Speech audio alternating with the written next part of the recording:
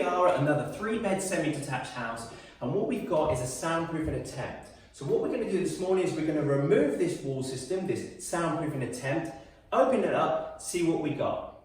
So we've done a little pilot hole and it's revealed the CLS timber frame with the 12.5mm sound board, and then this is a rock wall, but it's 45 kg, so it's not as dense as we normally expect. This system has only 2 layers in there. That's not enough to reduce the noise from everyday living coming through. The system that we use has about 10 different layers, but first of all, it sound deadens the wall. It sound deadens the existing separating wall before you do anything. So let me tell you what we're going to do. We're going to remove this soundproofing attempt. We're going to install our TPS-70 system to this separating party wall. We're also going to disconnect the floor joists from the structure.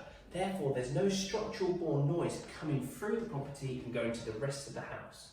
The system will be tucked all the way down to the subfloor, and we'll be treating the flanking areas too.